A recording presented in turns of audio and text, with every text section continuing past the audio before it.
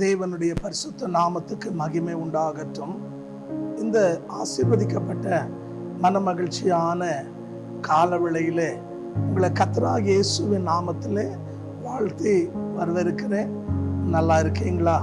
என்னோடு கூட அப்போஸ்தலருக்கு எழுதினதான நிருபம் 9ஆம் அதிகாரம் 32ஆம் வசனத்திலிருந்து 35ஆம் வசனம் வரைக்கும் தேவ மகிமைக்காய் வாசித்து பாருங்கள். இந்த 32லேருந்து 35 வசனங்களை வாசிச்சிங்கன்னா, தேவ மனுஷனா இருக்கிற பேதுரு அவர் பட்டணங்களும் கிராமங்களிலும் பல எல்லைகளில் போய் ஊழியத்தை செய்து கடந்து வருகிறார். நீங்க அப்போஸ்தலர் 8ஆம் அதிகாரத்தில் வாசிச்சீங்கன்னா, சமாரியாவில் பிலிப்பு கர்த்தருடைய ஊழியத்தை செய்து கொண்டிருந்தார். அங்க அநேகர் ரட்சிக்கப்பட்டாங்கன்னு கேள்விப்பட்ட உடனே எருசலேமிலிருந்து பேதுரு யோவானை அங்கே அனுப்பினார்கள். அவங்க வந்து கரங்களை வச்ச உடனே ஜனங்கள் பரிசுத்த ஆவினாலும் அந்நிய பாஷை அடையாளங்களை பெற்று கொண்டார்கள் என்று பார்க்கிறோம். இப்படி இவர்கள் ஊழியம் செய்து கொண்டு வரும்போது, அன்பானுள்ள இந்த அப்போஸ்தலர் 9ஆம் அதிகாரம் 32-35 வரைக்கும் வாசிக்கும் போது, அவர் லீதியா பட்டணத்துக்குள்ளே கடந்து வருகிறார். அங்க இருக்கிற தேவ ஜனங்கள் எல்லாம் பார்க்கும்படியாய் கடந்து வரும்போது, அங்க அனனியா என்றுதான ஒரு சகோதரன் பல ஆண்டுகளாக, அன்பான தேவச்சனமே, சரீர பலவீனனாக அவன் படுத்த படுக்கையிலே இருக்கிறார்.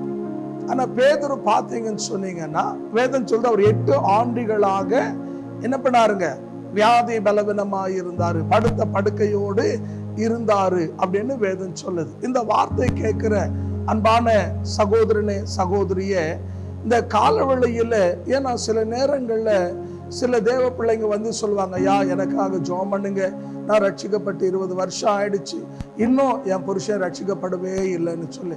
இன்னும் வந்து சிலர் சொல்லுவாங்க, ஐயா என் பிள்ளைக்கு திருமணம் ஆகி 4-5 வருஷம் ஆகுது, ஆனா என் பிள்ளைக்கு இன்னுங்க கர்ப்ப பலனே இல்லை அப்படின்னு சொல்லுவாங்க. இன்னும் சிலர் சொல்லுவாங்க, ஐயா நாங்கள் ஆண்டுகிட்ட வந்துட்டோம், ஆனால் கடன் பிரச்சனையிலேருந்து எங்களால் என்ன பண்ண முடியல, நாங்கள் 10-15 வருஷமா கடன் வட்டி கட்டிகிட்டே இருக்கிறோம்.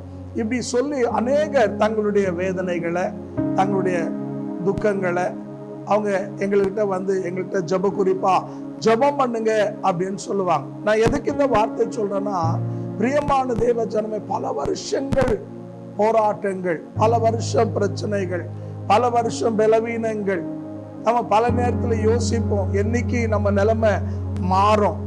அன்பான சகோதரனே சகோதரியே, இங்கே பேதுரு இந்த சகோதரி 8 ஆண்டுகளா படுத்த படுக்கையில் இருக்கிறான்.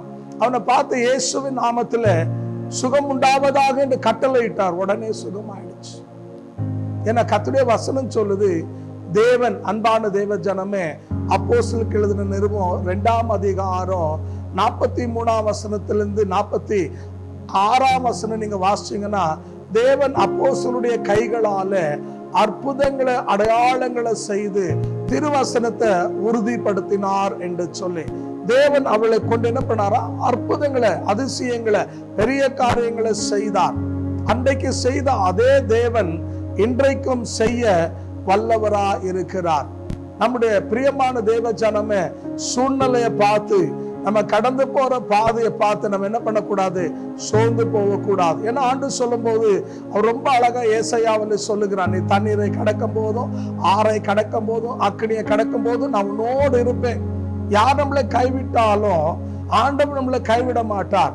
ஆகையால் அன்பான தேவ ஜனமே, 1 யோவான் 4ஆம் அதிகாரம் 4ஆம் வசனம் சொல்லுகிறது, உலகத்துல இருக்கிறவனை காட்டிலும் உங்களுக்குள்ள இருக்கிறவர் பெரியவர். ஆகையால அன்பான தேவ ஜனமே, பல வருஷமா இந்த பிரச்சனை இருக்குதே, இதுக்கு தீர்வு எப்போ, என்னங்க எப்போ விடியுங்காலம் உண்டாகும், எப்போ நம்ம வெளியே வருவோம் அப்படின்னு நீங்க ஒருவேளை கலங்கி கொண்டிருக்கலாம். அன்பால நான் அப்படிதான் இருந்தேன். எங்க அம்மா கூட 18 வருஷம் பிரச்சனை.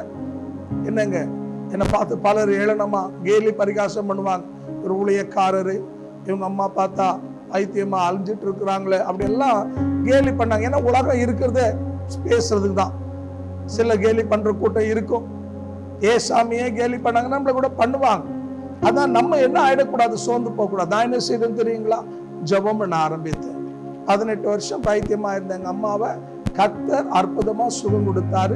அவங்க ரட்சிக்கப்பட்டு ஞானஸ்தானம் எடுத்து கர்த்தருடைய பிள்ளையா வாழ்ந்தாங்க. நான் எதுக்கு சொல்றேன்னா, அன்பான தேவ ஜனமே, எபிரேயர் 13:8 பவுல் சொல்லும்போது சொல்றாரு, நேற்றும் இன்றும் என்றும் மாறாதவர், நம்முடைய தேவன் மாறாத தேவன். என்னங்க, அன்னைக்கு அவளை கொண்டு செய்தவர் இன்னைக்கு நமக்கு கொண்டு செய்ய வல்லவரா இருக்கிறார். நீ நம்பணும். ஆண்டு கண்டிப்பா என்ன பண்ணுவாருங்க, அற்புதத்தை செய்வாரு, நன்மை கட்டளையிடுவாரு, நிலைமை மாறும் அப்படின்ற நம்பிக்கை நமக்கு கடந்து வர வேண்டும். பல நேரத்துல நம்ம ஏன் நன்மை பெறாம போறோம்னா நம்முடைய அவிசுவாசம். நடக்குமா நடக்காதா, ஆகுமா ஆவாதா, எப்போ நடக்கும்?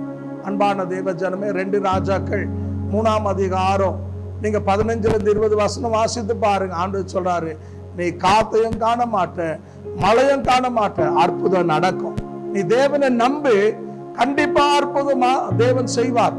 அது 8 வருஷம் இல்லைங்க, 80 வருஷம் இருக்கட்டும், தேவன் பிரச்சனையை மாத்த வல்லவர். ஆபிரகாமுக்கு 75 வயசுல பிள்ளை இருக்காருன்னு சொன்னார். 25 வருஷம் காத்திருந்தார். ஆனா ஆதியாகமம் 21:1 சொல்லுது, தேவன் சாராளுக்கு சொன்னபடி செய்தார். மனுஷன் மாறுவான், தேவன் மாற மாட்டார். மனுஷன் போய் சொல்லுவான், தேவன் போய் சொல்ல மாட்டார். அவர் சொன்னபடியே செய்கிறவர். என்னாலும் 23:19 வாசித்து பாருங்க. அவர் வாக்கு கொடுத்தா வாக்குத்தத்தத்தை நிறைவேற்றுகிற தேவன். ஆகையால இன்றைக்கு இந்த சூழ்நிலையை பார்க்காதீங்க, உங்களோட பலவீனத்தை பார்க்காதீங்க, நீங்க கடந்து போற பாதையை பார்க்காதீங்க. உங்களோட புத்திரமா தேவனை கூப்பிட்டு கொடுங்க. கண்டிப்பா தேவன் பெரிய காரியங்களை செய்வார். இத்தனை பேர் விசுவாசிக்கிறீங்க? இருக்கிற இடத்துல தலைகளை தாழ்த்தி கண்களை மூடி தேவனை நோக்கி சொல்லிப்போமா?